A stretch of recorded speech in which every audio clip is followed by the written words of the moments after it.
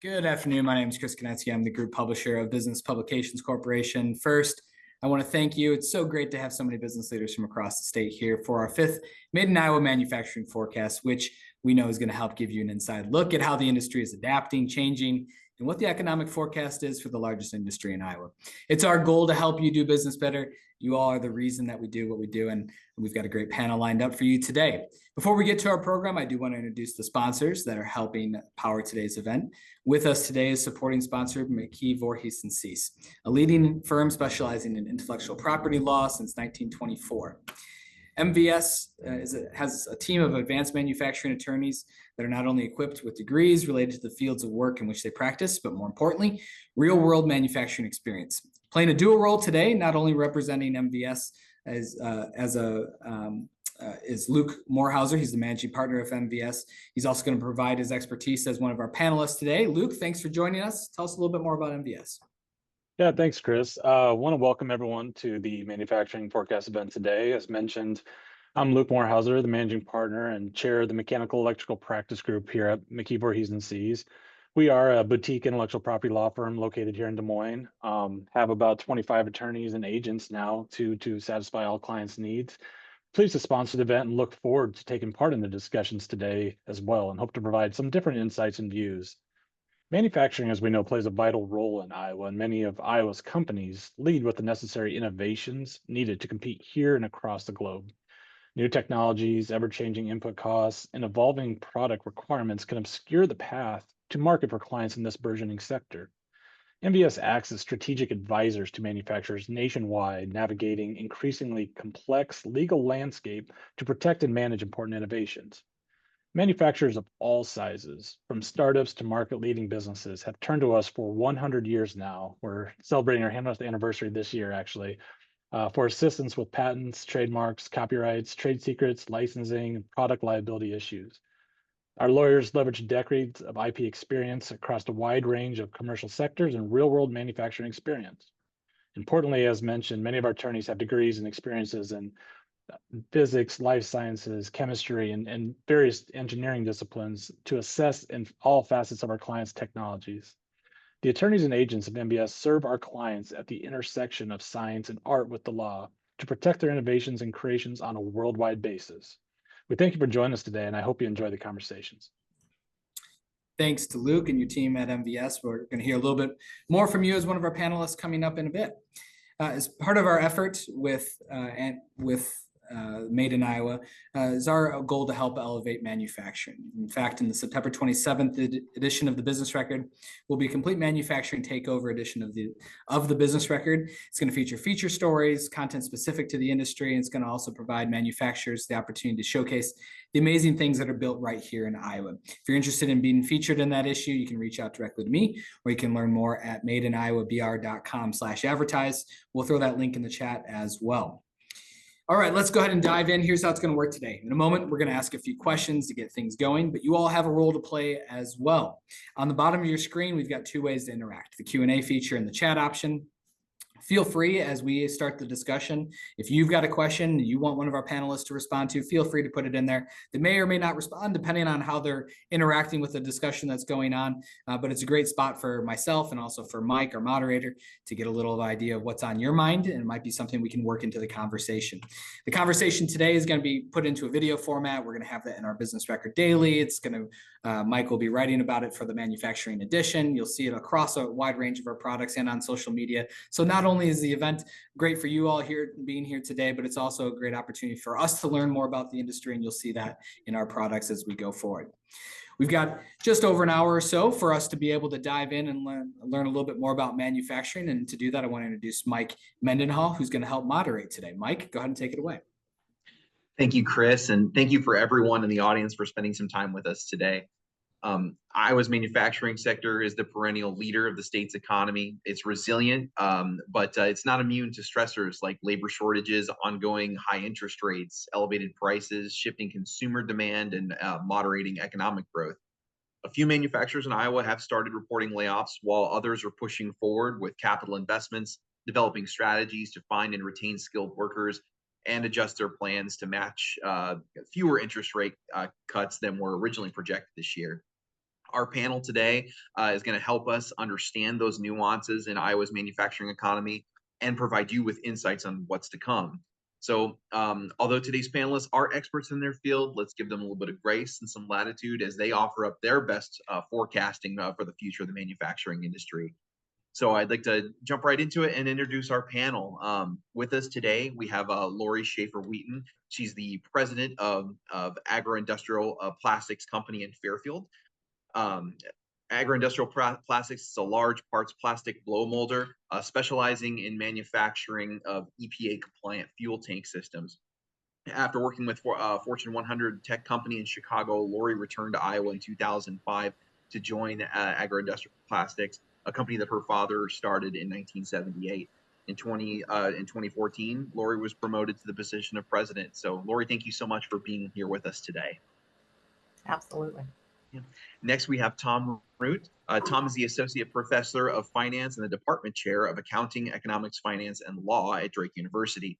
Tom holds 4 degrees, including a PhD in economics from the University of Kansas, and he's been teaching finance in the Zippelman College of Business at Drake since 1999. So, Tom, thank you so much for joining us today. Thanks for having me, Mike. Next, we've already been introduced, but we'll do it again. We have Luke Mohrhauser, the managing partner of McKee Voorhees Sease. Not only is he managing partner at the firm, but he also chairs McKee Voorhees Sease Mechanical and Electrical Practice Group. He has expertise in patent applications here in the U.S. and worldwide, and also specializes in IP policy and strategy. So, Luke, thanks for playing that dual role today, and thanks for being on the panel. Absolutely. Thanks for having me. Thanks. Last but not least, we have Heather Bruce. Heather is president and CEO of Osmundson Manufacturing Company in Perry. Heather's been president and CEO of Osmundson since 2019. Under her leadership, Osmundson continues its legacy of manufacturing high-quality, high-performance tillable blades and cultivation tools. The products have remained 100% American-made in Perry, Iowa, for over 120 years. So, Heather, thank you so much for joining us. Absolutely, thank you. All right. Well, we're going to go ahead and dive in with our first question of the day. This is a question for everybody on the panel. So, first question, what is the #1 challenge the manufacturing sector or your company will face in 2025? And what strategy are you employing to address that? And let's go ahead and start with Lori. Thank you. So I do see in 2025, there's going to be a lot of uncertainty and a lot of different things coming our way that we really don't know yet. But for me, our focus is going to continue to be on hiring, developing, and retaining top talent across the company. So in all departments, all divisions, this is really what is defining our capacity for future growth. Hello? It's no longer, Hey. sorry, there was an error. You're good, Lori, keep Okay. going. Yeah. It's no longer just based on machine capacity, but it truly is about, how many people can we hire for all shifts. So we're really looking to continue to be identified in our region as the employer of choice. We're hiring for our values. We want people to stay for the long term. We want to focus on their career paths and make sure that they find the right fit in the company or the right seat on the bus, as some of us used to say. And we also are looking at our policies, including our benefit package, to make sure what we consider competitive is really what our employees are looking for and what they want. We've had a lot of success in giving as much flexibility as possible as you can with a manufacturing environment, which is challenging. But I think they appreciate the trying side of it, and that we're working together with them. We're listening to a lot of their feedback. We're trying to react and make, the work environment just something that people really gravitate toward. Thanks, Lori. And Heather, I saw you shaking your head and smiling as Lori was answering. So I think you might have a similar experience, but please go ahead. That first question to you, what's that #1 challenge the manufacturing sector and for your company that you're going to face in 2025? So unfortunately, ours is a little bit different because the industry that we're so heavily in, ours is really trying to figure out what stability is in our market. And part of that's going to be diversification. I was nodding my head to Lori because we've been through all those things. COVID was a big one of, hey, how do we help recruit? How do we help do all these things? And the trying part really does go a long way, especially in manufacturing. It's different from our service industry counterparts. But the hardest thing is definitely going to be diversifying in what we do and how we do things. And part of that's going to be with a new facility in Kentucky. Part of that itself is, in general, just different industries to serve. Right now, we're so heavily in ag between the planting and the seeding. Well, with all the big guys having such instability right now, that doesn't give our workers really good stability. Our town has actually been going through a lot of stuff, so it's trying to give the stability for my workforce is our number one. Thank you, Heather. And it's interesting too, because your industry is so tied to manufacturing or to agriculture. Your company's so tied to agriculture. That's a unique perspective. So thank you. And Luke, I want to bring you into the conversation. You work with manufacturers from that intellectual property side, from the kind of more from the ground floor. So what are the number one challenges that you're seeing in the sector, and maybe some of your clients are seeing in the sector as we move into 2025? Yeah, I echo the uncertainty, and you hear about the election already this year and what that's going to look like and how that's going to affect everything.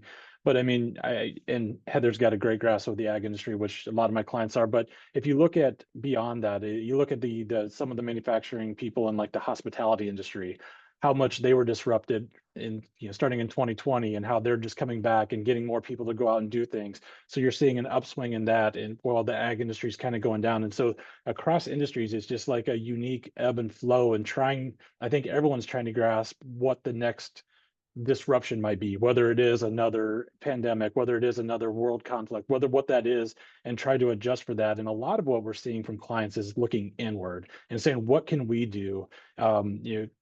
People use the word innovation a lot, and everyone thinks innovation is this great new disruptive invention. And a lot of times it's seeing what you can do to fine tune your internal processes, especially in the manufacturing industry. How can you fine tune those? Where are the margins that you can increase to better suit your customers and also better suit yourself from your vendors and your suppliers? And I think it's a lot of that comes from times where it's a little bit tough and you're uncertain. It's let's look in and see what can we do to tighten up the ship internally. Thanks, Luke. And Tom, let's head over to you. You kind of look at things from a more analytical and research based. But what's the number one challenge you're seeing in that manufacturing sector for 2025? And what strategies are you seeing, and what you're looking into that manufacturers are doing to combat it? I think our panelists hit the key thing there. You heard a running theme of uncertainty and adjusting to the times and things like that. And I think that is a key. When you think about that from the broader economic perspective, what that really means is, what does the next 6 months to 18 months look like on the broad economy, both Iowa and nationally? And when you think about that, it really comes down to interest rates, which is going to impact a lot, both in terms of the farm and ag side. The high interest rates have really slowed down production. I know it's probably caused concern in Heather's business. And then does that spill over? Is that a sign that it's a broader problem for the broader economy, which spills out of the ag into the other sectors? Some interesting numbers we can talk about across the way. If you look at the national ISM survey that looks at the supply manager survey, it's been in the upper 40s, and it's an index that runs from 0 to 100. 50 and above is expansion in the industry. Upper 40s is contraction to slow growth in the industry. It's been in the upper 40s for almost 2 years. Creighton does a similar survey for the Midwest, and it includes an Iowa number. If you look back in June, and I pulled these numbers up yesterday, I thought it was really interesting. So the overall number for Iowa back in June, we were ahead of the rest of the economy. We were at 53, and the broad economic number for everybody else was 48.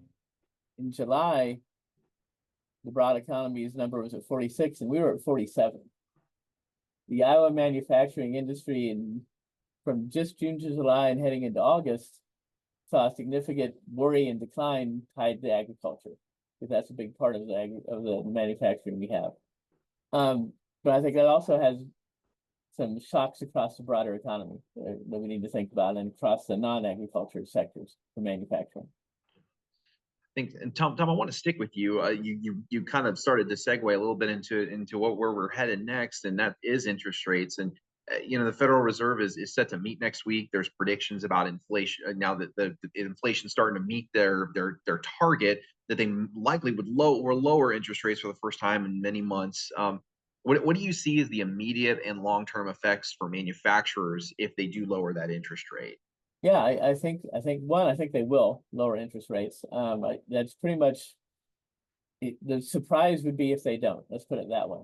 The futures markets, if you look at that, have priced in something like I think it was a 70-some% chance of a 25-point decrease and a 25% chance of a 50-point decrease, with nobody saying we're not going to change, we're not going to decrease. And so the impact of that is, does that start to bring down the costs for? We'll focus on ag for a second, for that big cost of long-term capital investment in large agricultural machinery. If that starts to bring that down and changes that market, that helps Deere and the big players and helps the smaller players. But that also is a really interesting sign about recession versus expansion for the broad economy going forward, which impacts all manufacturers. And I think the big discussion lately has been, is this a sign of trying to stave off a recession and a slowdown in the broader economy, which can impact everybody? And will that work? We've had a couple old recession signs nationally that are starting to signal, yeah, we might have a slowdown in the broad economy late into the beginning of the next year. And if that's the case, that hurts everybody. And it doesn't matter if it's the ag manufacturers or not. So that uncertainty for the economy is the big question. We've had high rates to try to get rid of inflation, and ideally the Fed's right, and we've gotten rid of the inflation picture and problems, and they can start to lower and try to spur on some growth. But the downside of that is always the fear that came too slow, and we have the broader slowdown in the economy. I want to bring our manufacturers back into the conversation now. Heather, let's head to you. As far as how closely are you watching interest rates right now over at Osmundson, and how do you expect your company will react to if the Fed does lower interest rates, to that changing affordability and capital? So it's not going to change anything that we're doing as far as investments. It's such a short-term thing. Anybody that's kind of been around for more than a second knows that this is very much a short-term. It's interesting how Tom was mentioning about the fact that recession is something that everyone's trying to avoid. Economists called a recession back in 2020, and that was 4 years prior to 2020 happening. The fact that the market is trying to right itself, we might need to go through a recession. Does that recession mean that it's a 2008 recession? Does that mean that it's back to the 1980s? No, but it definitely, I think we need to be realistic and think, yep, for the broader economy, we definitely do need to think more longer term. And I think bringing the interest rates down, even though we know what's going to happen, I don't think that's the best strategic move long term. We'd be better off if we actually had the interest rates staying where they are and get the economy back on its foot through the painful part of it, and then go and have the interest rates go back down in 2025. That would be the most ideal, especially when it comes to our end user customer base, the farmers specifically. They're not doing things because they can't trade in. They did do a lot of investments during the COVID when things were more favorable, not only with interest rates, but just the OEMs were a lot more open to actually wheeling and dealing compared to now. It's no, this is what I have. I can't really do a whole lot of things. We saw this back with the auto industry in 2008 as well. Lori, I'd like to get your take on the situation. How closely are you guys watching that possible interest rate lowering, and how are you going to react to it over at Agri-Industrial Plastics? Yeah, so I would say that, like Heather, we're going to invest through whatever recession or whatever economic downturn we're going to get to. It's what we've always done. We want to be able to take advantage of the opportunities at the end of it. And so that definitely doesn't dictate our CapEx spending or what we're, how we're spending our dollars. But for me, I make parts that go on things like ATVs and wave runners in lawn and garden. And so for those industries, I think who's really feeling it is the consumer. And, many of these have gone through decades or, where they're used to here, take an ATV and it's 0% interest for, 10 years. So I think that I worry about that side of it. So of course we're tracking it. But again, I think for our planning, the bigger deal for us right now is where these tax bills are going to go. And I don't say that to be political, but rules about, for instance, depreciation, that is a instantaneous in the same year hit. And we honestly, at this stage in the game, there are huge question marks. Things that were supposed to have been fixed by year end were not. And so there's still a lot of, you want to talk about adding uncertainty, that to me is a much bigger deal right now than interest rates, as long as interest rates stay at a reasonable level. Okay, that's interesting. Thank you so much. And Luke, want to bring you into kind of the same question to you. And what do you have? What are you looking at with that interest rate cut and its impact on the manufacturing sector?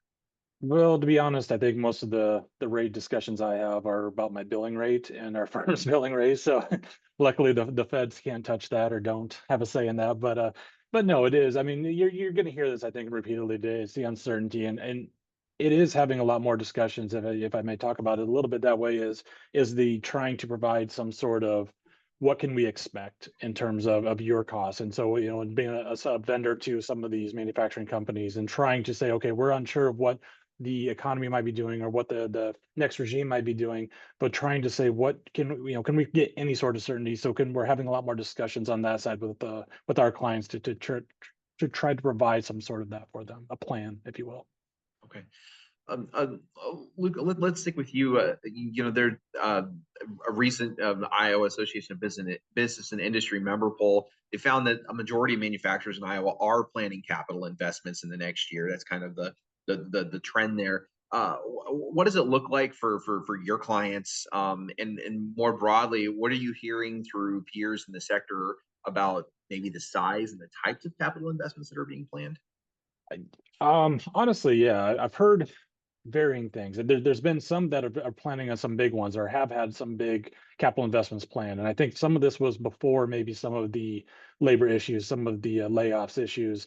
I think it's, especially in the ag industry, as Heather knows, it goes up and down. And so I think there's some companies that are tired of having to hire a lot when things are going well and the demand is high. And then you hit these swings and you're laying off. And I think it's trying to mitigate that as much as possible. So I think a lot of the capital expenditures are about what parts of our processes can we maybe automate, or can we take out to where it's not so reliant, on just human capital, and make sure that if something happens in the future, we're able to move past that. And it's scary, I think, because of all of the issues right now with the rates and the layoffs and just the economy as a whole. But I think some of them that I've heard are still going to push through with that because they're looking longer term and to say, okay, we don't want to have this happen again, and how can we minimize disruption in the future?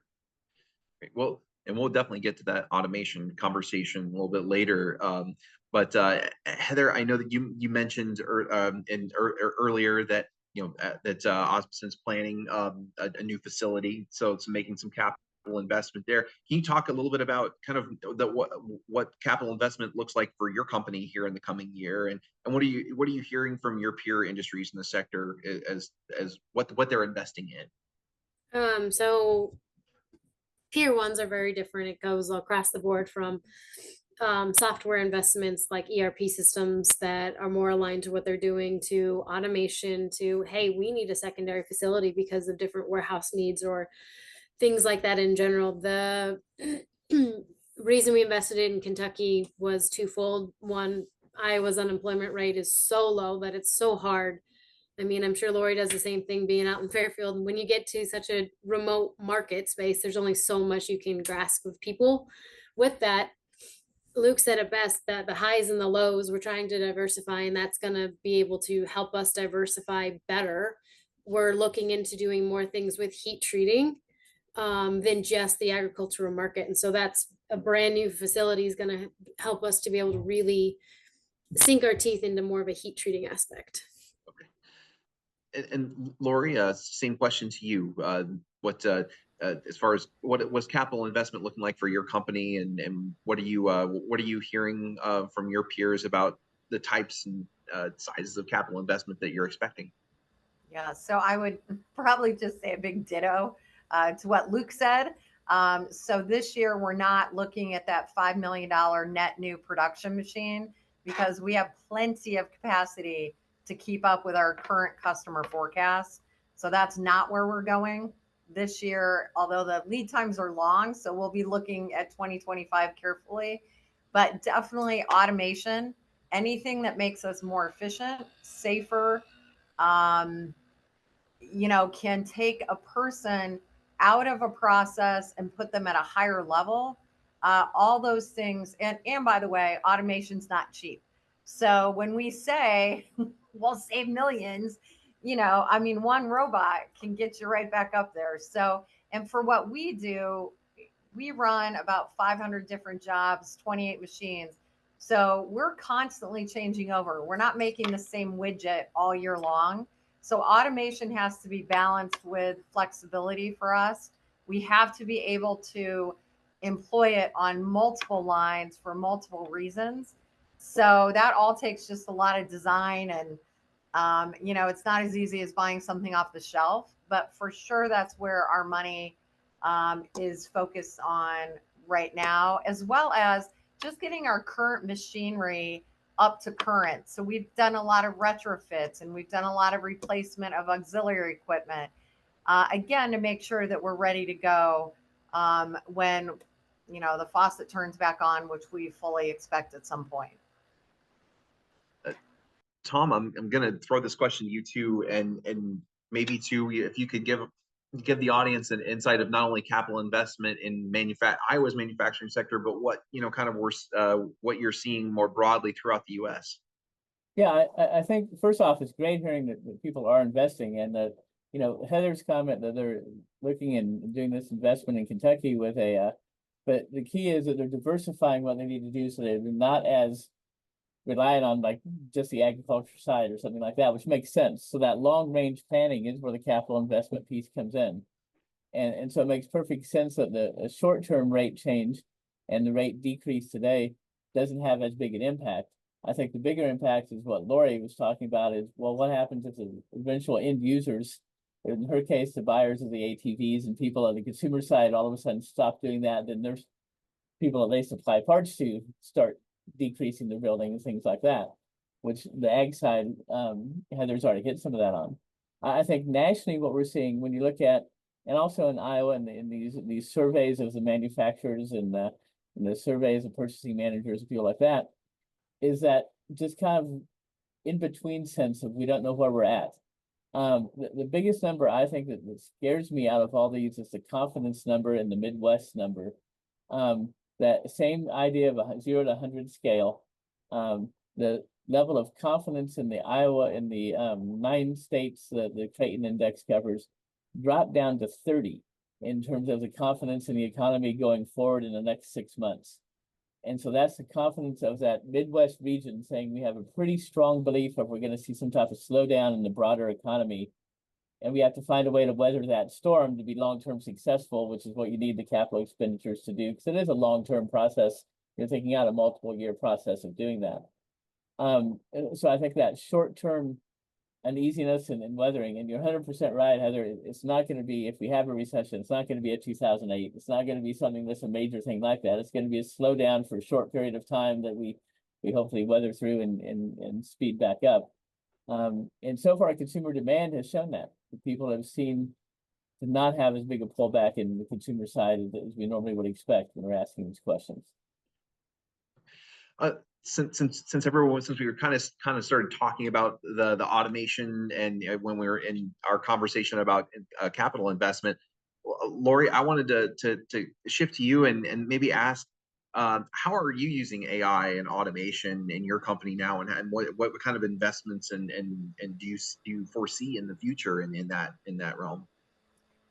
Well, I would say with AI, my organization is just in full out learning mode. If there's any kind of educational opportunity to take advantage of, we are.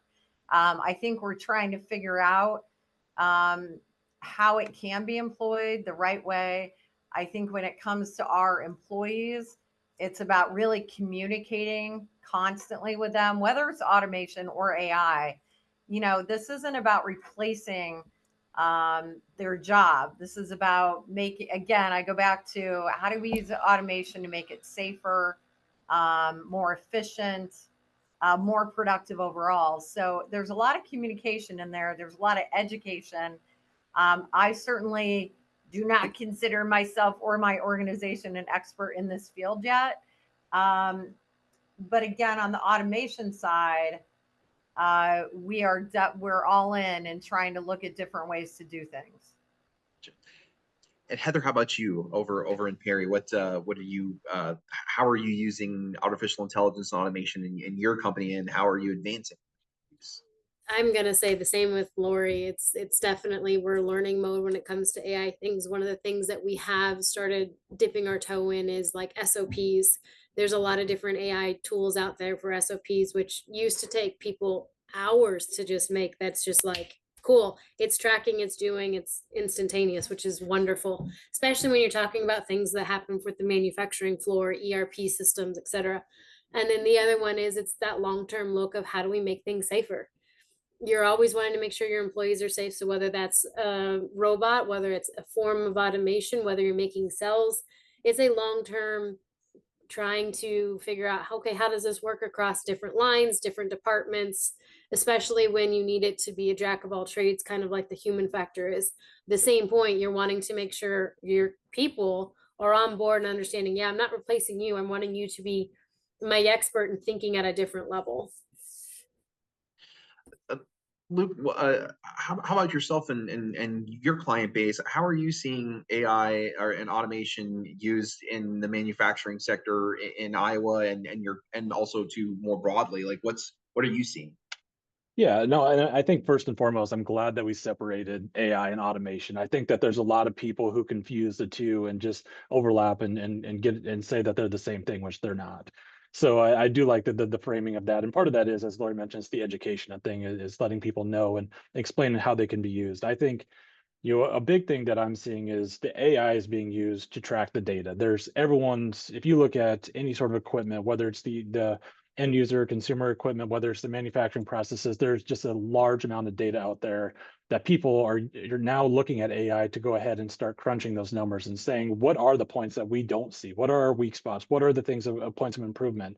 So much has been subjective in the past of relying on people on the floor to look at things and see where they think the issues are. Now they're getting that backed up with data through the AI to say, okay, these are where the areas of inefficiency or these are the troublesome areas. And then at that point, then you can bring in automation and say, are some of these processes, could they be automated, which were previously, causing the slowdown that we found out. And the other thing is too, I think from the automation standpoint, and not trying to jump ahead here, but as I know, labor force and workforce and even end user consumer levels of abilities, you think about, I think in the past, people were much more specialized in how to use the equipment, whether it was the consumer using the equipment, whether it was operators. And now people are looking for a body, right? I talk to people in the ag industry a lot, and even like farmers, they're saying we don't have enough people out in the field. And so they're looking at ways to provide automation so that you throw someone like me in a tractor and I'm not going to mess things up. So it's incorporating the automation that way. It's basically making it idiot proof, I guess, for making fun of myself here. And so I think, but that same practices and principles are being utilized in the manufacturing processes themselves too, to say, if we need to put someone in, if we do need to add another shift, can we get people in here that know what they're doing, that aren't going to mess it up? And what are those processes that we just need someone kind of overseeing, that again, that you've utilized and acquired the data through the AI and crunch the numbers, you've incorporated this automation to help make it seem to go without the need for someone, but someone that can still step in, and if they do recognize that there's an issue, to either fix it or raise it to the level to get it fixed. Well, Luke, I definitely think I'd be in the same boat as you as far as not being able to probably harvest in a straight line and all. Yeah, so I'd be right there with you. I need that automation. Tom, same question to you. Just want to get your perspective. Do you have what would you have to add to the AI automation conversation? I don't have a whole lot to add. I do think it is going to change things. We're not exactly sure where when you think about both.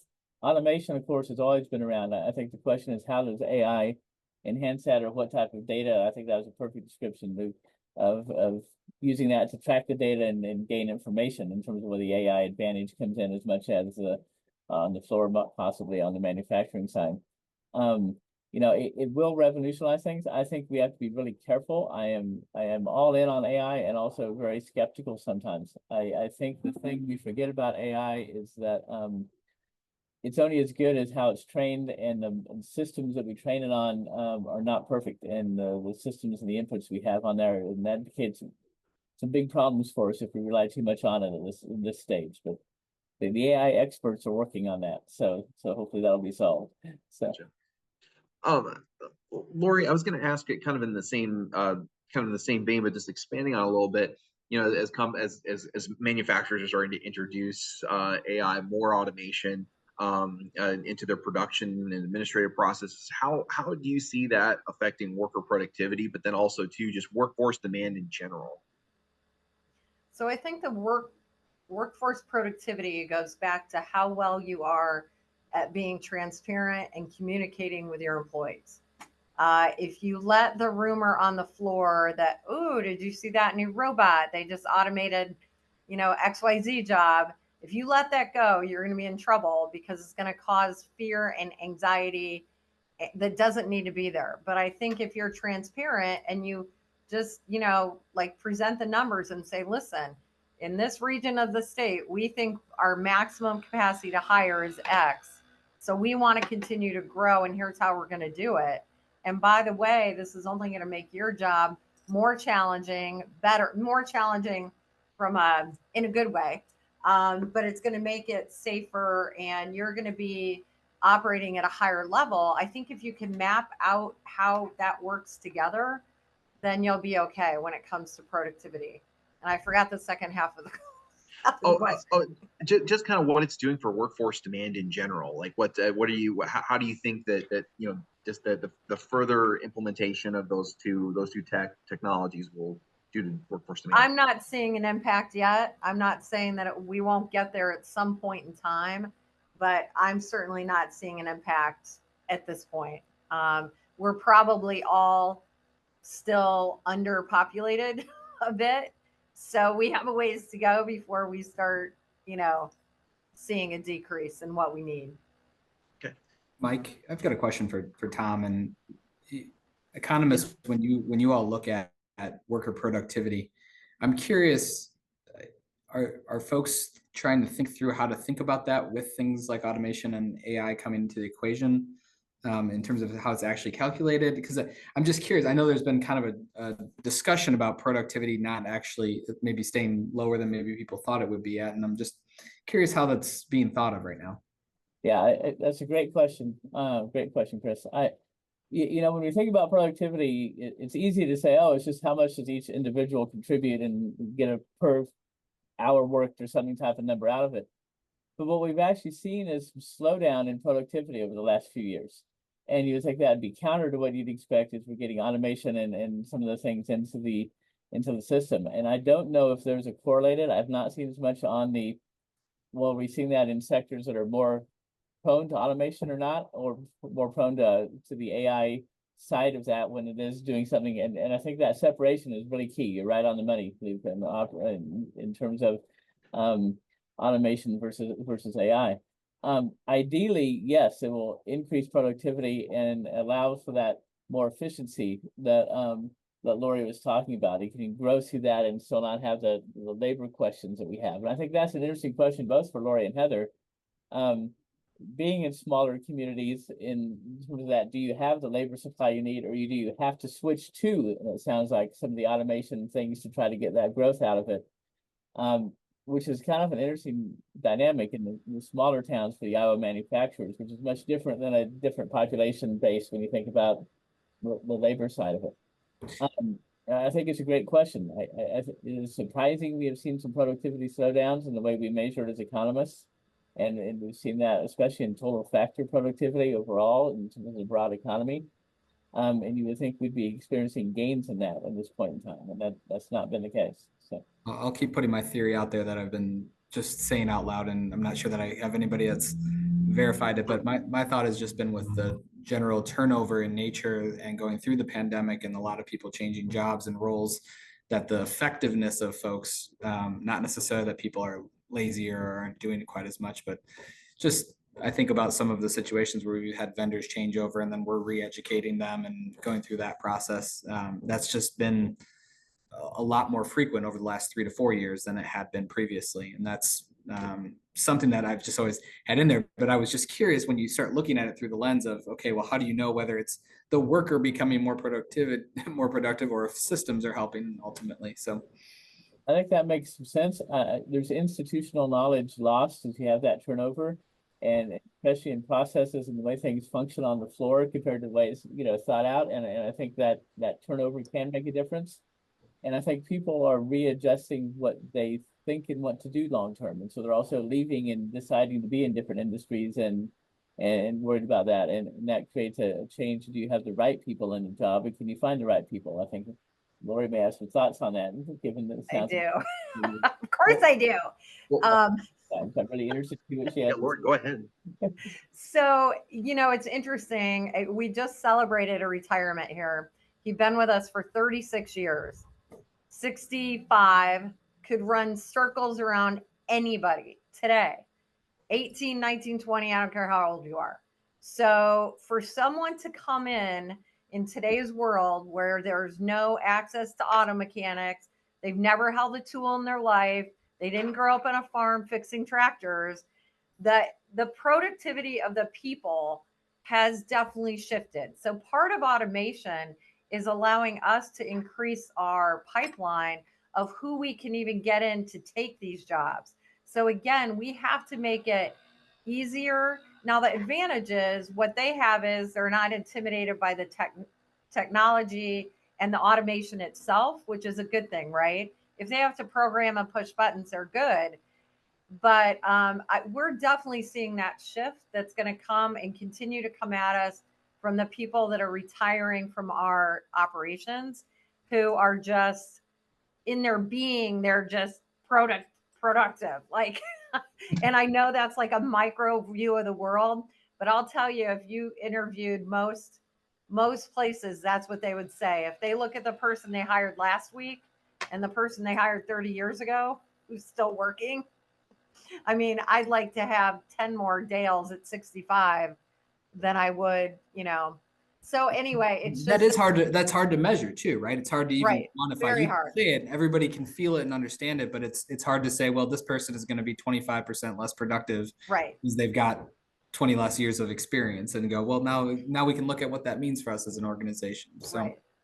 And if I may just say, just as Tom kind of mentioned, a lot of this, keep in mind, everyone hears AI and gets scared. They think of all the sci-fi movies and everything else. And keep in mind, these are all data-driven processes. It's all data. So, data is only as good. You get garbage in, garbage out. And so to Lori's point, one of the areas that I counsel clients on, especially when you're including automation and internal processes, utilize the resources you have. If you have someone that's a user, that's a high productive person, ask them, get their input. Don't just buy an off-the-shelf automation or AI program, anything like that. You need to get their input to see what it is that they know, so that you can tailor make these, and they should be tailor made as much as possible to what you're doing, and not just and so it is something that just, so you hear, I can automate this process, I can use this AI. No, let's make sure that it's a partnership. And Heather, I want to give you the chance to jump in the conversation too. I mean, as far as both responding to Tom's point, but then also, workforce productivity and demand in general, kind of in relation to that automation and AI. So the combination, there's a big factor of it. I would say automation as its whole is not there yet.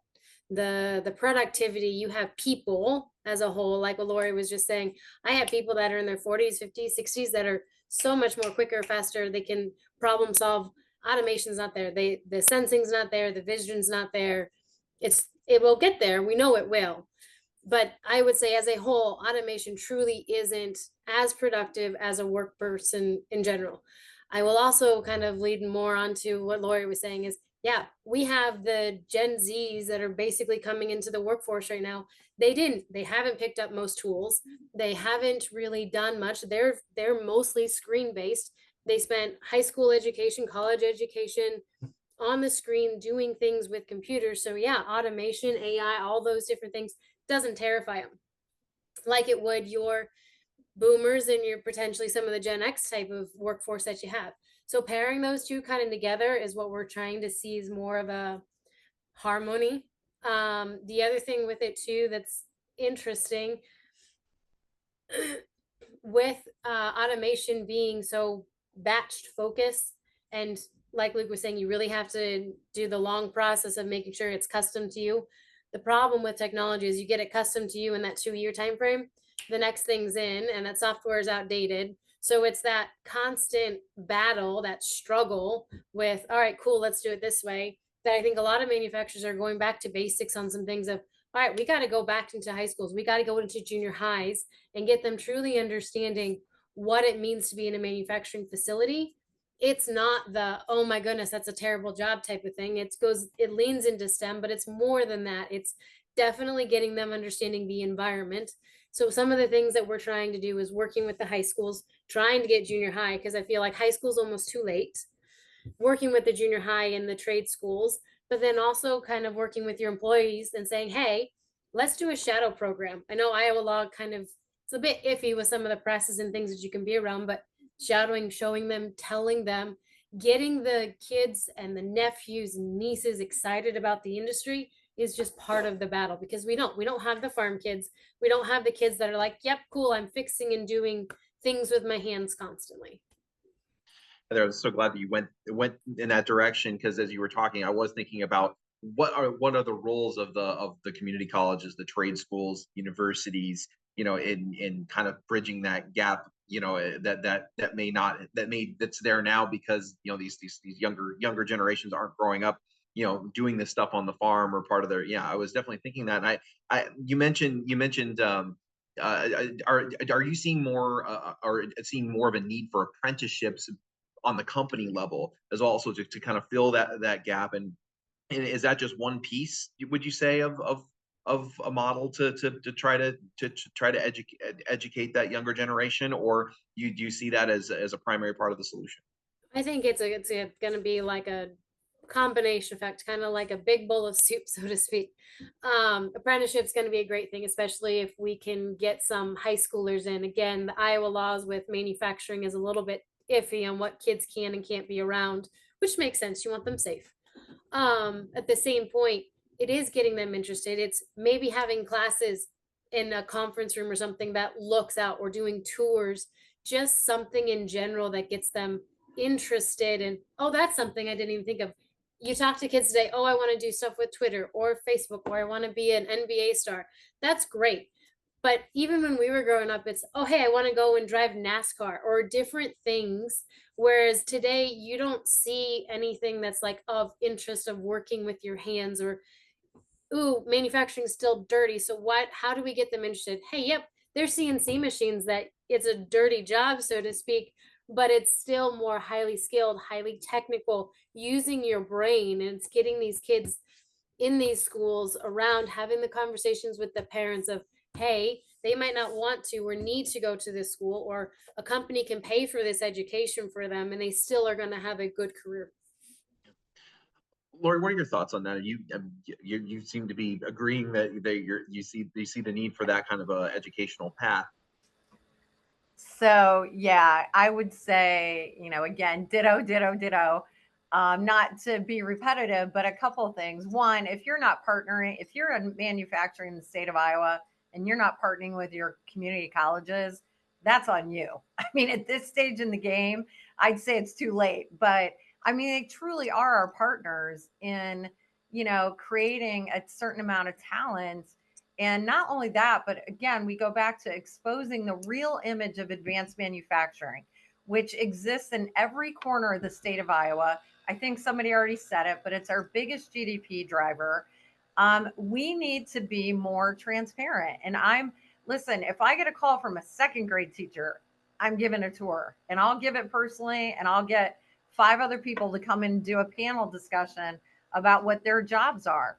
You've got to get them young. You've got to get their teachers in your plants. You've got to get their parents, because here's the worst case scenario. Let's say I convince that kid to get interested in a career, and then his parents say, oh, manufacturing, that's unsafe and dark and dingy and awful.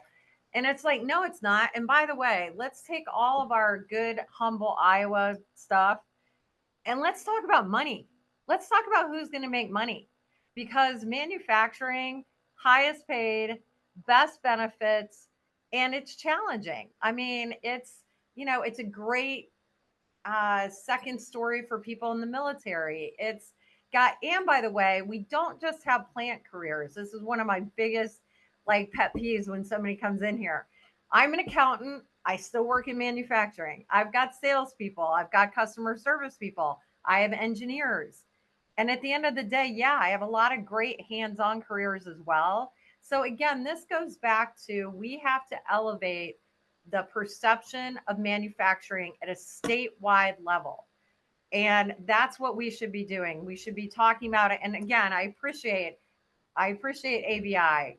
We started as the Iowa Manufacturing Association. So they're out telling this story. And by the way, it doesn't exist in Des Moines.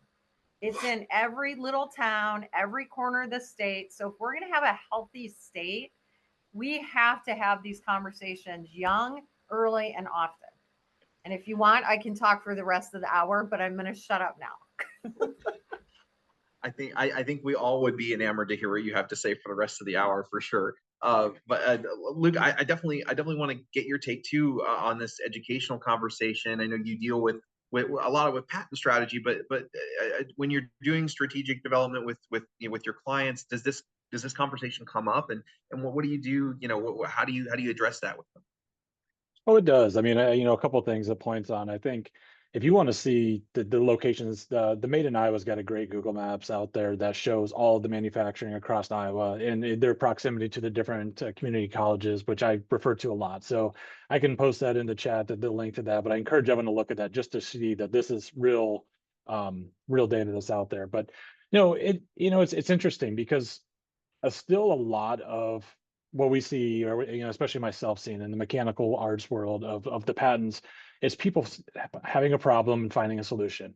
Who does that? Those are the farmers, the tinkerers, as you talk about, the people with their hands on. They're still the ones, and they're the ones that do go on to the engineering jobs at a lot of these manufacturing, and they're still the ones that are still doing their jobs and doing that. And one of the things that I hear a lot about is how much family driven these are. It's, well, I grew up changing the clutch in the tractor with my grandpa, and so I just got that hands-on every year. It's the same thing, but after planting, we cleaned everything.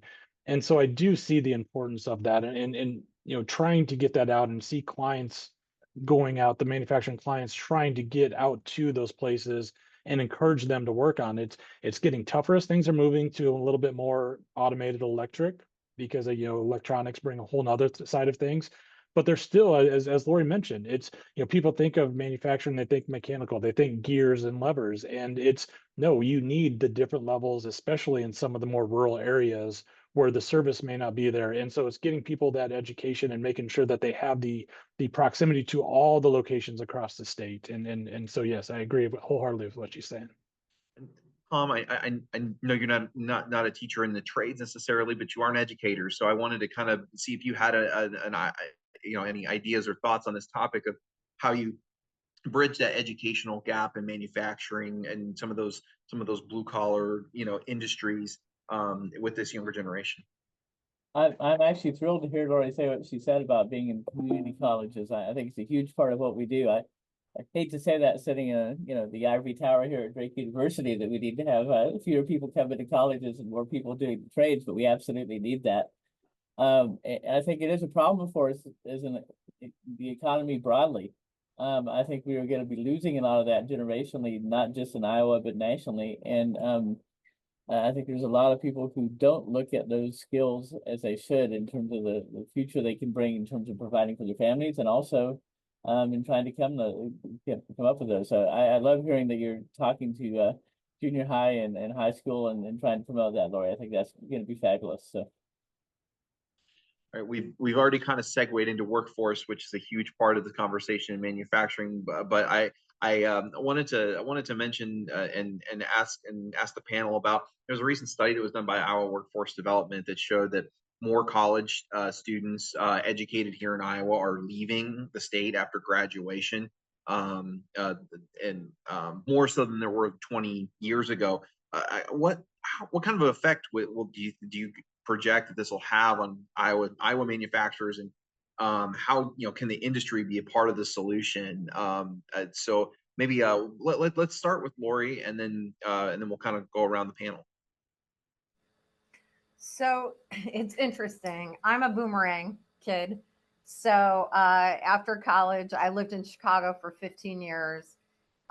Worked for a technology services company for 10, and came back and had a lot to offer a medium-sized manufacturing company in Fairfield, Iowa. Had I just moved right back to my hometown, probably would not have had as much to offer. So that concept doesn't scare me so much. But I think the big opportunity is while we have these kids, and I mean at every level, at every college, I mean, again, we need the 4-year degrees too. Just show them what's in their own backyard. Show them the opportunities. And again, I say, humble Iowans, we don't like to talk about money, but let's talk about what it costs to buy a 4-bedroom house in a suburb of Chicago. And let's talk about what it costs to buy that same 4-bedroom house on 10 acres outside of Fairfield, Iowa. Let's talk about quality of life. Let's talk about education. I mean, let's talk about being part of a connected community versus just being in a suburb where everybody has the same. And by the way, I did this, so I'm not anti, but where everybody drives the same car and everybody has the same house and the kids all go to the same school, blah, blah, blah. And I'm not saying that might work for some, but for the people that have a hook and loved growing up in small town or in Iowa in general, we've got to get them while they're here. And you guys are going to think I work for ABI, and God knows I could, but programs like Business Horizons, when you send high school kids to a week-long business camp, at the end of that, their survey says, I never knew what was here in Iowa, and now I would absolutely consider moving here. Leadership Iowa University, when I'm in college, 1 week business school, they see what's in the state of Iowa. They have it hands-on. They see the companies. They see that they meet the CEOs, and they say, whoa, maybe I don't need to move to Kansas City or Chicago or Minneapolis. And maybe these opportunities are right here. And so a lot of it is not taking advantage of our kids. That's going to sound wrong, but you know what I mean? While they're here, pumping their brains full of all the pro Iowa stuff we can. And I mean that in the best way possible. And by the way, if any of you out there are parents, your kids aren't going to sign up for these programs on their own. My 5 kids were voluntold that they were going to these programs, to which I then heard that was the best week ever. So there's a lot we can do when we have them here. Again, could talk forever, but I'm not going to. Heather, how about you? What about keeping college graduates and any type of educational graduate here in the state of Iowa? What's your take that we can see the role of the manufacturing industry there? I mean, I'm like this whole panel has been, I'm right up there with what Lori's saying. I did the exact same thing. I worked somewhere else for 2 years, came back because knew it was the best long-term for family, etc. And you do. Talking with my niece and nephew now of, hey, go explore, go find what's different, see if the grass is greener, but then come home. And it's really coming back to the ties of home, what Iowa really means and how we can truly benefit them. The ABI stuff that is out there, I mean, there's tons of things that we can get our kids interested in that most people are just gonna be like, oh, I didn't even know about this. There's the Farm Progress Show that's in our backyard that most kids aren't even aware of, that has so many companies at every 2 years. Great. Have a couple college kids go to it, put in their resume with these different people. Like, you never know the networking opportunities that's just right in our backyard. Cool. It's not something that you want now, or you're from Chicago, you want to go back to Chicago. Cool. Maybe come back here. When you're done exploring things that in Chicago and things is way too fast paced, you can't afford to live in a shoebox, and you want a better living experience, come back to Iowa. There's plenty of companies that would welcome you with open arms. So I'm not worried like everybody is with the brain drain that keeps being the conversation. I think it's actually healthier for Iowans if we can let them explore and then have them come back. And one other thing, if I can just jump in here. Yeah. You know, once you know the quality of the manufacturing companies in Iowa, I mean, these are high ethics. I mean, they are the best of the best. And, you know, our kids these days are looking for a lot more than just, this is what my job is. They want a connection to their community. They want a connection to their company.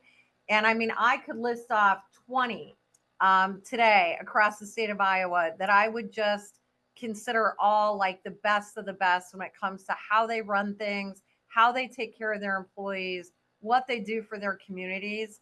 So I think that's another just value we have, is talking about all the companies that are in Iowa. Well, Luke, do you have anything to add to this topic about retention of talent and college educated talent? Yeah, one thing that I just have seen through a few clients, and I've seen some trends in this across the nation too, is not needing to move necessarily where the places are. As mentioned, there's a lot of manufacturing across all the rural areas, but being open to whether it's a micro plant or having plants at places. A lot of these young people coming out of college do like to be proximity to maybe a city area. And so being open to say, okay, Iowa's not that big. You can be within an hour or two of a plant, of where the headquarters are, while still being near a city, if that's what the people are wanting. And so I have seen some companies and some clients do that, to where they're opening, whether it's just engineering facility, like I said, a micro processing plant, or something in different areas where they may not have before, to try to attract, to say, look, you may not want to be in a town of 1,000 people, but what about a town of 15,000 people or 20,000 people? But you're close enough to where when we need you here, or where we ask you to come here, you can be here.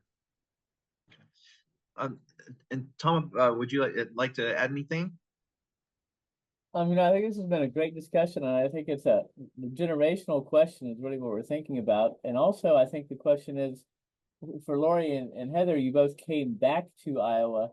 That's different. We bring in a lot of students to Drake from Chicago to start with, or from Kansas City, or from Minneapolis, and getting people to consider the idea of changing what their livelihood was to a smaller city it's a much different thing.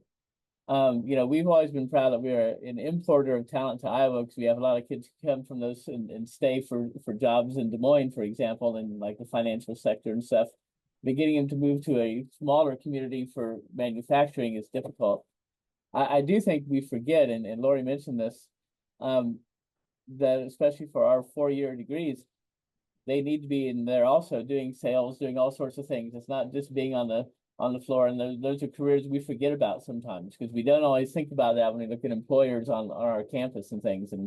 And so I'd encourage everybody to consider that too, that we need to bring that in on the 4-year degree side.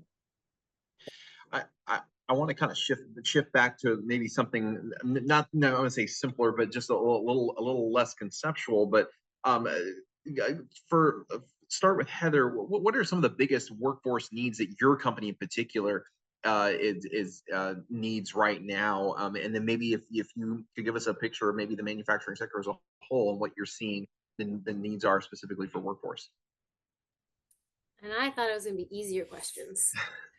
Our workforce in general, I mean, yes, we need some technical talent and different things when it comes to workforce, but in all reality, we need people that have the passion to want to work in the industry that we're in, more so than the technical, because we are partnering with the DMAX and the other colleges and things to get people certified. So I don't need them coming in with a lot of technical experience or any experience. Heck, they could be doing retail for the last 5 years. And they want to come in. We've had a lot of people that have been across the board from being different lunch lady type aspects to retail type things, and they've become one of our best workers in general. And it's again kind of come down to training in-house, because manufacturing is we're all the same, but we're all very different. So that's what it comes down for workforce needs in our mind. Lori, how about you? Yeah, I would say similar things. Our biggest need is that entry level machine operator position. And it's rare now if you get somebody to come in that has enough on their resume that would make that just a seamless transition. Oh, they have manufacturing background. Oh, no, they don't. So then it's about your own onboarding, your own training. How are you breaking it down? How are you making them feel like they can do it? Because it's just, a lot of it is just getting into that rhythm and building some confidence. And so I would agree with that. And then I would say probably our secondary challenge is in the engineering world. What we really sell, we don't make a part and then sell it.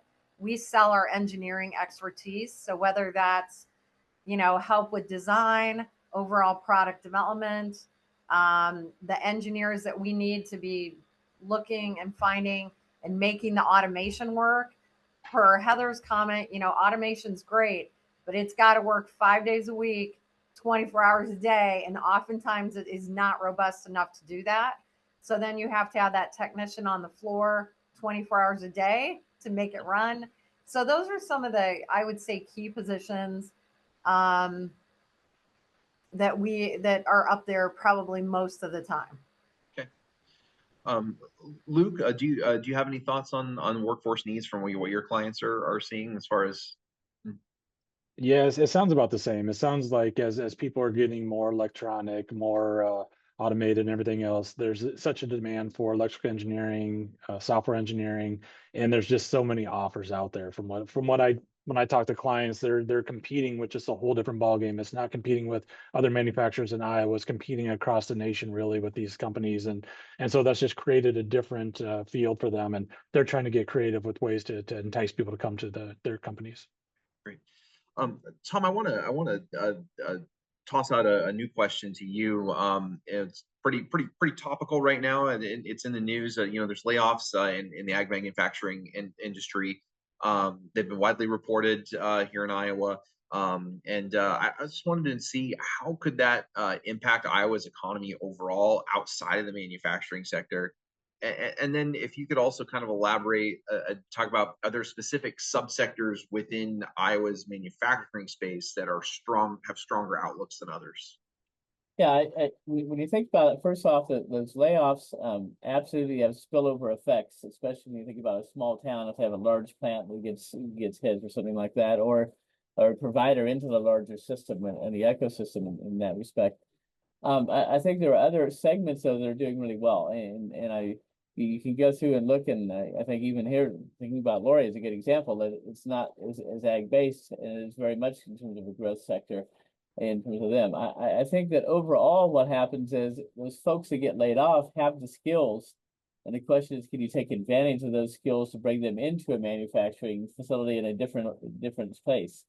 And so it might actually help in some manufacturing areas here that we have some highly skilled people who maybe were very good on the manufacturing floor and who can then transfer out of the ag into something else. And so I think looking for those people and trying to recruit from that space would be an interesting thing. And I don't know if Lori's pursued that or not, but I think that would free some up. Overall, when you think about the manufacturing in Iowa, although we have a very robust system overall, there is a big tie on the ag side. That's one of the things that we do and do well. And we actually, I saw the stat when we're in Iowa workforce development, it was like 14% of ag implements nationwide are manufactured in Iowa or something like that. It's a big part of our manufacturing base. And that's a really interesting piece that we we still have that tie we have to deal with. Lori, I'd like to bring you into the conversation too.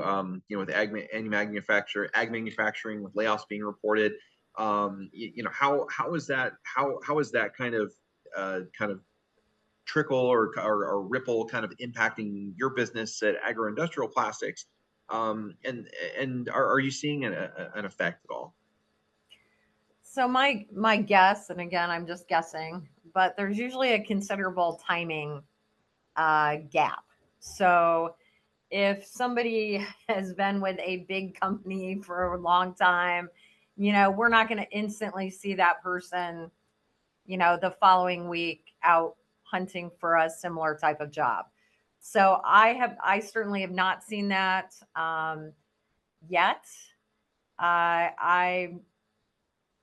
Yeah, we'll see. I guess the one thing I'm seeing a little bit for my own population is just maybe that a little less feel that if I just don't show up here today, I can just hop anywhere I want to and get the next job. I think that there's a little bit more appreciation for stability. Anytime there's a layoff of any kind or a cutback, it makes people, again, it adds to the anxiety. It adds to our, that psyche of, oh, what's coming. And so we always have people say, when we survey, what do you appreciate about us?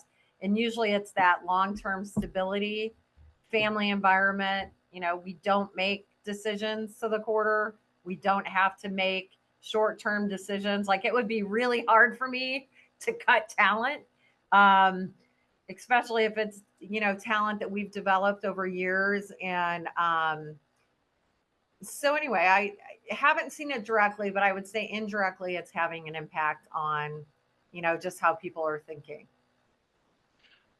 Heather, same question to you, but also are you seeing with these layoffs? I know you're a component manufacturer. Is there an impact on production?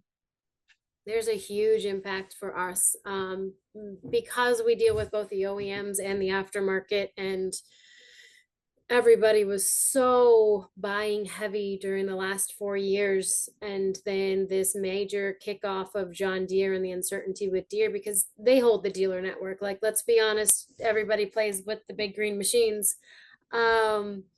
It takes a toll on us. Even if they're not in our top, it's still secondary. We still feel it.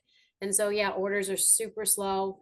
We probably have order books very similar to 2018, where we had almost double our growth from 2019 over the last 4 years.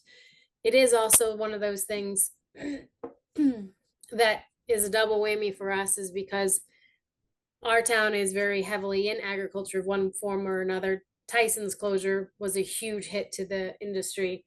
And then we have a few others that are also like, hey, we're going to have to do layoffs because there's not enough volume in the industry itself. So it's coming really creative. And it's like Lori said, you don't want to lose your talent. You've been using them. Took us so long, especially during the pandemic, to get those people. So we're trying to be very creative because, yeah, orders have slowed. And we know in the ag economy, we're the last ones to get hit.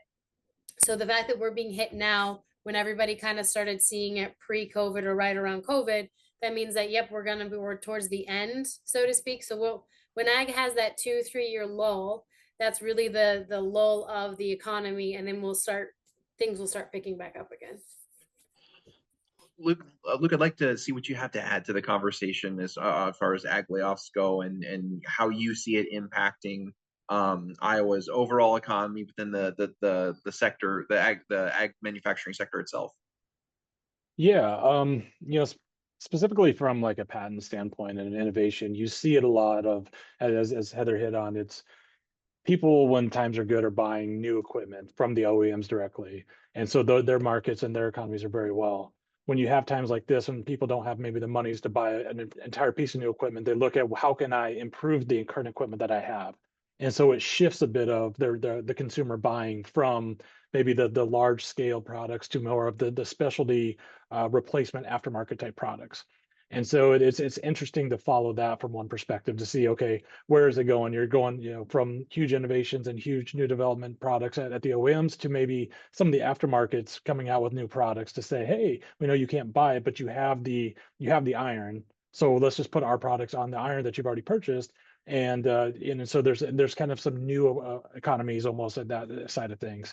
And the other interesting thing though is, again, from the patent side, is you see a lot of the companies when they're having the layoffs, as I mentioned, they look differently about their innovations. Is it new products? Is it refining their current equipment?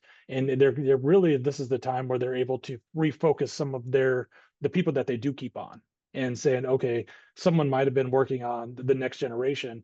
We're going to put you back on. How can you prove the current product offerings that we have? And so I do think you see some different types of innovations and some different types of protections. And ultimately, it's interesting in the patent world, when something gets filed as a patent application, you don't see it for 18 months. There's this black hole at the patent office. And so it's always interesting when you get into these kind of recessionary layoff type things, the 18 months after that's when people are really seeing filing things and coming up with new stuff. And then all of a sudden you see all this explosion of new applications and new inventions that people have been coming up with, because they weren't so heavy trying to come up with the new products that they're working on, but they're thinking, always coming up with new developments, and with the intent being, when the economy comes back around, when their market comes back around, they're going to be at the forefront and have that protection on. A quick question to Heather and Lori. Just sheer curiosity, how do you see overall production and production output and orders for 2025? How's the health of that looking for y'all? Start with Heather, maybe. We're hopeful that it will be stable. That's really what we're looking for. We don't think we're going to see an increase in our industry. The way that for production wise for us to increase is really getting into different markets, which my sales team is heavily getting into. So again, that powder coating, heat treating, different things that we can do out of our shop that can manufacture for other people, whether it's in Iowa based companies or just things in general, because there are a lot of people trying to do things in house, but when things are tight, sometimes you have to explore out of house. So that's what we're looking for. Gotcha. Lori, how about you? So I guess I would say I'm cautiously optimistic, but then again, I was a cheerleader, so I'm usually way over optimistic and probably with no data. So no, I mean, I'm not seeing it. We haven't really started to drill down into too many of our 2025 forecasts, but I mean, we still have some big customers that are forecasting yet another year over year to be down. And so that will be a big chunk for us. Diversification is key. So hopefully when those segments are down, our traditional mom pop places have been up, which has been great. So I'm hoping to just kind of, this year our theme was kind of hunker down and just let's get through this year. And now I'm kind of, I'm looking at 2025 kind of in the same context right now. Lori, one of the things, and we've kind of talked about it, I guess, a little bit, but coming out of the pandemic, I know when there were so many questions with materials and getting things, I know that a lot of folks were increasing their orders. So I'm curious with some of those clients, is it a return back to before that period, or was it, I'm just curious, and that's happened in other industries besides manufacturing too, where there was, where sales projections, so everyone thought, well, that will just be the new norm. Well, it actually was a kind of a buildup out of the pandemic. So I'm just curious. Yeah, I call it the toilet paper hoarding mentality. So what happened was everybody was so scared not to get their piece of the pie that they just increased their forecast and took on a lot of, I mean, we had customers that took so much product in, they couldn't check it in on their end because they didn't have any warehouses to put it in. And that's the reality of what happened during that kind of recovery period. So we would like to think that it's going to go back to that pre-COVID era when it comes to, like the number of units per parts. But I would say for several of our big OEMs this year, it was down from that level. Okay, and I would say that next year may be similar to, maybe a little better, but So some of the staffing questions might be that you have to staff up if you've got a big glut of things coming through, and then but on top of that, you're also going back below perhaps levels in the pre-pandemic. Well, I don't know. I can't speak for other people, Right. but I'll tell you how we got through it. We worked 6 days a week for almost a year, and we had office people working in the plant almost every day. So when I say we scraped with what we had to deliver those numbers, because you couldn't just go out and hire net more people. Mhm. You had to figure out a way to do it otherwise. And the good and bad is you can only do that for so long. I remember seeing ads for different manufacturing companies, and their number one thing was no Saturdays, like hashtag no Saturdays. I'm like, that's brilliant. I might apply there. No, I'm just kidding.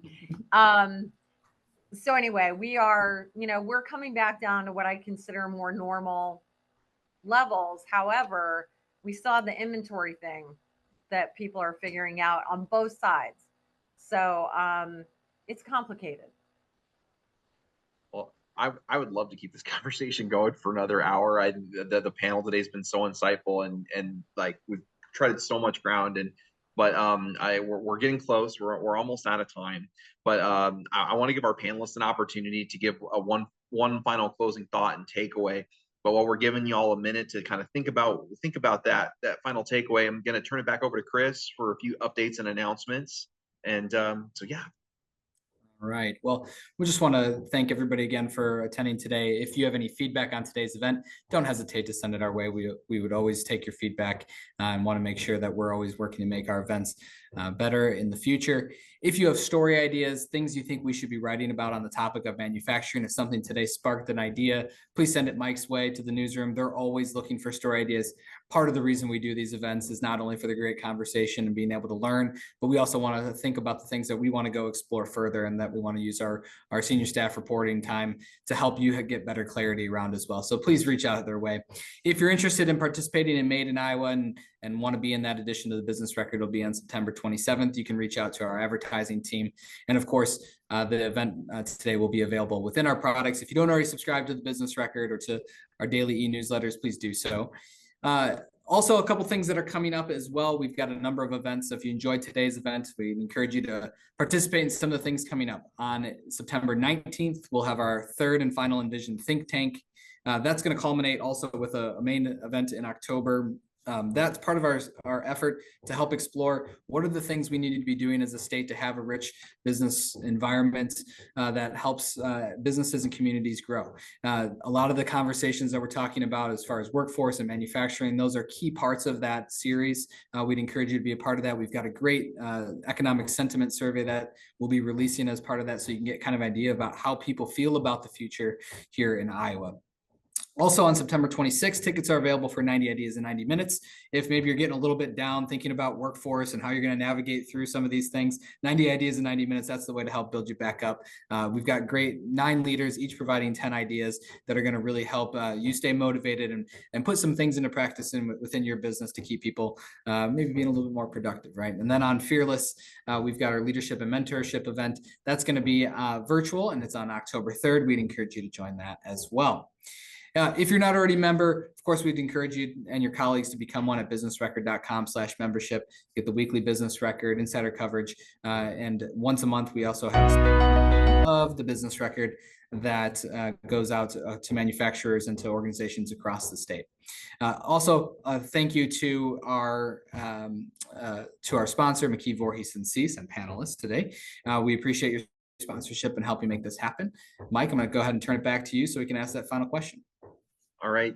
So just gonna go ahead and just pose a final question, just kind of around the horn to everybody. We'll start with Tom. Just final thoughts or takeaways on what to expect in the manufacturing sector in 2025. Yeah, I think we're going to expect to see a little bit of a rocky time for maybe demand going forward in terms of products. But I think Lori and Heather both expressed that, and I think this is a key thing to keep in mind. The long term versus the short term is a big thing, and planning to be able to weather those short term things, but the long term capital expenditure, long term things to keep you successful is what you have to have. But I think we will see a little bit of a rocky slowdown here for the beginning of 2025 and the future. So. Thank you, Tom. Luke. Yeah, the one thing that I take away just from meeting with clients and knowing this is going to be the same thing in the future is just Iowa manufacturers as companies are innovative and they're coming up with new things all the time. If you look at, companies like Make You Safe and Interior looking at the staffing and trying to keep the people that you have hired to do the job to continue being able to do that and not be out with injuries, it's always something. And so, one thing that I've seen with layoffs in the past too, especially that I didn't hit on before, is a lot of times this gives people an opportunity to come up with new businesses and new business ideas. And so that's one thing that I do look forward to is, that might come out of something that's kind of a negative is what new types of industries might some of these people come up with or develop now that they have the ability and some time to do that. Thanks, Luke. Heather, that final takeaway thought from you on manufacturing in the next year?